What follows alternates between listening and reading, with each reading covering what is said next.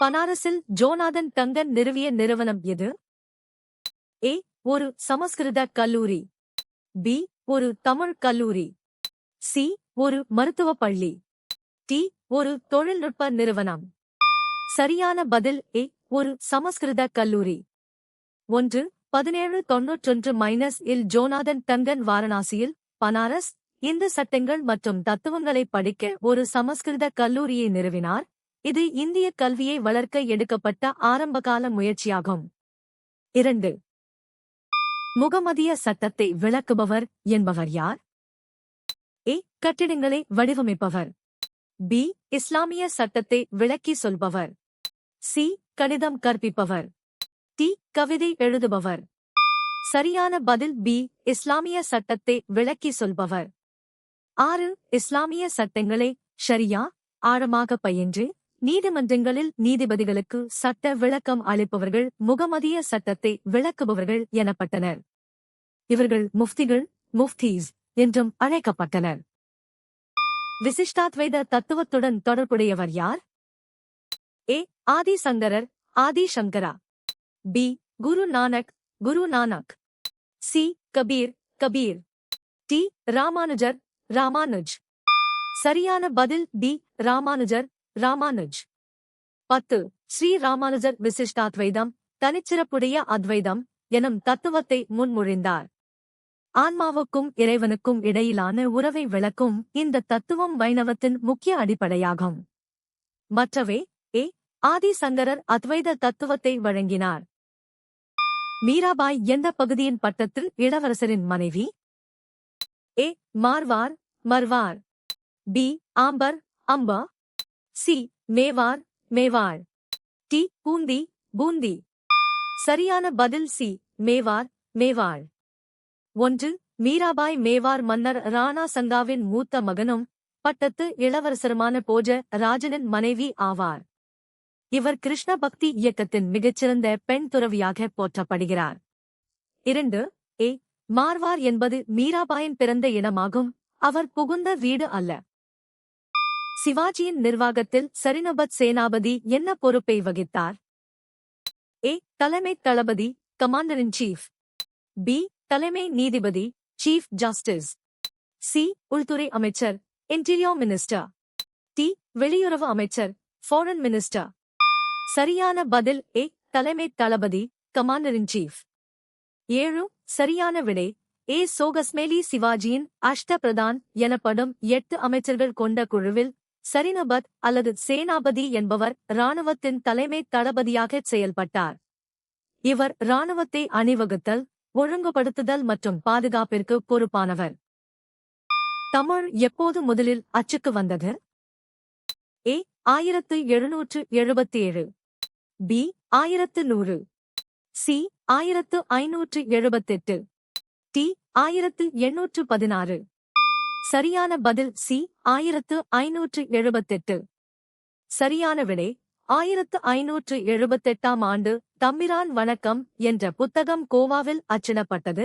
இதுவே முதலில் அச்சிடப்பட்ட தமிழ் புத்தகமாகும். ஐரோப்பிய மொழிகள் அல்லாத மொழிகளில் முதலில் அச்சுக்கு ஏறிய மொழி தமிழ் என்பது குறிப்பிடத்தக்கது. 2019-21 இல் இந்தியாவில் பெண்களின் கல்வியறிவு விகிதம் என்னவாக இருந்தது? ஏ. 84.4%. பி. 8.9%. சி. 71.5%. டி. 27.2%. சரியான பதில் சி. 71.5%.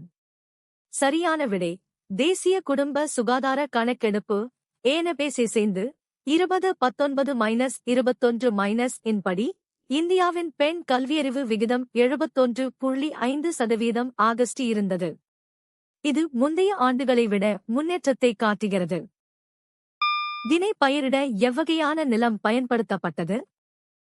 ஏ. வறண்ட நிலங்கள், ட்ரைலாண்ட்ஸ். பி. ஈர நிலங்கள், வெட்லாண்ட்ஸ். சி. குளம்பாசன பகுதிகள், டான்கிரிகேட்டட் ஏரியாஸ். டி. ஆற்றுப் பகுதிகள், ரிவரைன் ஏரியாஸ். சரியான பதில் ஏ. வறண்ட நிலங்கள், ட்ரைலாண்ட்ஸ். 2. தினை வகைகள் மிக குறைந்த நீரை பயன்படுத்தி வளரக்கூடியவை, எனவே இவை வறண்ட நிலங்களில் புன்செய், பயிரிடப்படுகின்றன. இவை வறட்சியை தாங்கி வளரும் தன்மை கொண்டதால் மானாவாரி நிலங்களுக்கு ஏற்றவை. கிழக்கிந்திய கம்பெனியால் முதல் தொழிற்சாலை எப்போது கட்டி முடிக்கப்பட்டது? A. April 23, 1640. B. March 10, 1700. C. June 15, 1600. D. May 1, 1687. சரியான பதில் ஏ. ஏப்ரல் 23, 1640. சென்னையில் உள்ள புனித ஜார்ஜ் கோட்டை, ஃபோர்ட் ஸ்ட்ரீட். ஜார்ஜ், ஏப்ரல் 23, 1640 அன்று கட்டி முடிக்கப்பட்டது. இதுவே ஆங்கிலேயர்களின் முதல் பலப்படுத்தப்பட்ட தொழிற்சாலையாகும். புனித ஜார்ஜ் தினத்தில் கட்டி முடிக்கப்பட்டதால் இதற்கு இப்பெயர் சூட்டப்பட்டது. எந்த டேனிஷ் குடியேற்றத்தில் சீகன் பால்கு பள்ளிகளை நிறுவினார்? A. Chennai, Chennai. B. Puducherry, Puducherry. C. Tharangambadi, Tharangambadi. D. Kochi, Kochi. சரியான பதில் சி. தரங்கம்பாடி, தரங்கம்பாடி.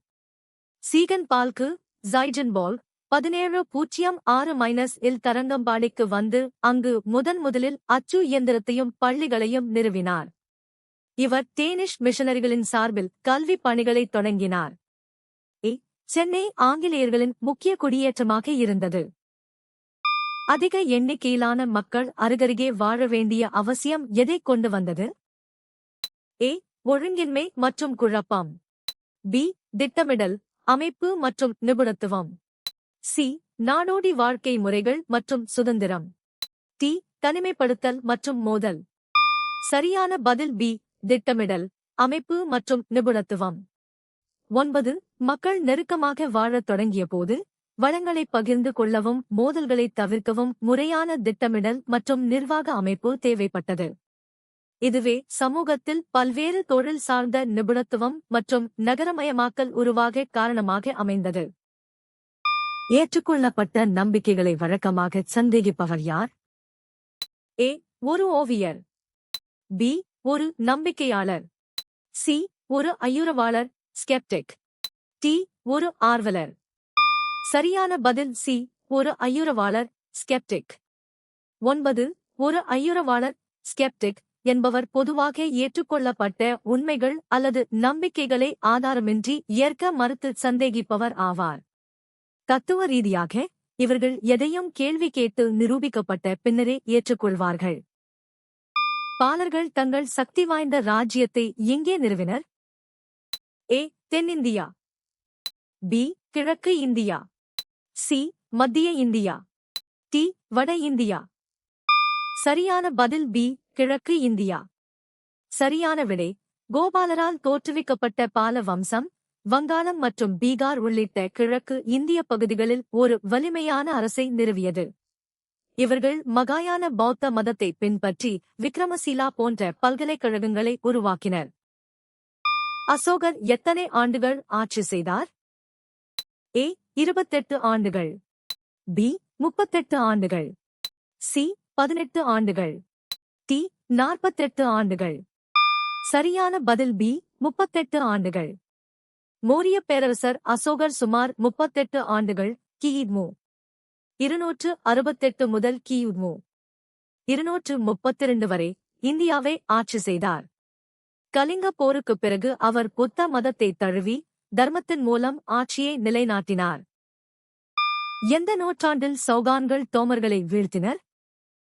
ஏ. கிபி 12ஆம் நூற்றாண்டு.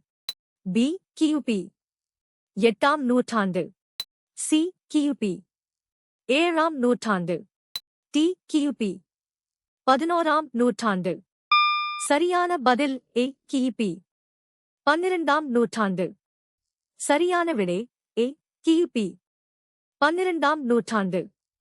அஜ்மீரைச் சேர்ந்த சௌகான்கள் 12ஆம் நூற்றாண்டின் நடுப்பகுதியில் தோமர்களிடமிருந்து தில்லியை கைப்பற்றினர்.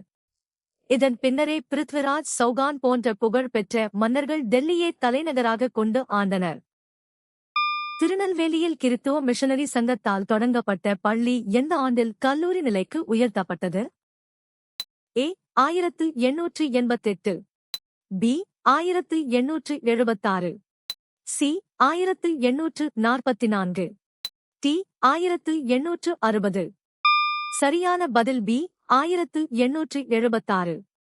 சரியான விடை பி. சோகஸ்மேலி. திருநெல்வேலியில் கிறித்துவ மிஷனரி சங்கத்தால் CMAS 1844-இல் தொடங்கப்பட்ட பள்ளி கல்வி வளர்ச்சியின் காரணமாக 1876ஆம் ஆண்டு கல்லூரி நிலைக்கு உயர்த்தப்பட்டது. இது தென் தமிழகத்தில் உயர்கல்வி பரவுவதற்கு முக்கிய காரணமாக அமைந்தது. வளமான மத்திய தரைக்கடல் வர்த்தகத்தின் காரணமாக நகரமயமாக்கலை அனுபவித்த முதல் நாடு எது? A. Portugal. B. Spain. C. France. D. Italy. சரியான பதில் டி. இத்தாலி. 5. இத்தாலி மத்திய தரைக்கடல் பகுதியில் மூலோபாய ரீதியாக அமைந்திருந்ததால் கிழக்கு நாடுகளுடனான வர்த்தகத்தின் மூலம் பெரும் செல்வத்தைப் பெற்று முதலில் நகரமயமாக்கப்பட்டது. வெனிஸ், புளோரன்ஸ் மற்றும் ஜெனோவா போன்ற நகரங்கள் வர்த்தக மையங்களாக உருவெடுத்தன. ஐரோப்பியர்களால் அமெரிக்கா கைப்பற்றப்பட்டதன் மிக முக்கியமான விளைவுகளில் ஒன்று எது? ஏ. ஐரோப்பிய வர்த்தகத்தின் வீழ்ச்சி. பி. மூலப்பொருள் கிடைப்பதில் குறைவு. சி. ஆய்வுகளின் முடிவு. டி. புதிய பேரரசுகளின் ஸ்தாபனம். சரியான பதில் டி. புதிய பேரரசுகளின் ஸ்தாபனம். 1. சரியான விடை ஐரோப்பியர்கள் அமெரிக்காவை கைப்பற்றியது ஸ்பானிஷ் மற்றும் போர்த்துகீசிய பேரரசுகள் போன்ற புதிய காலனித்துவ பேரரசுகள் உருவாக வழிவகுத்தது. இது உலகளாவிய வர்த்தக வரைபடத்தை மாற்றி அமைத்ததுடன் ஐரோப்பாவின் செல்வத்தை பெருக்கியது. நீங்கள் எத்தனை சரியாக பதிலளித்தீர்கள்?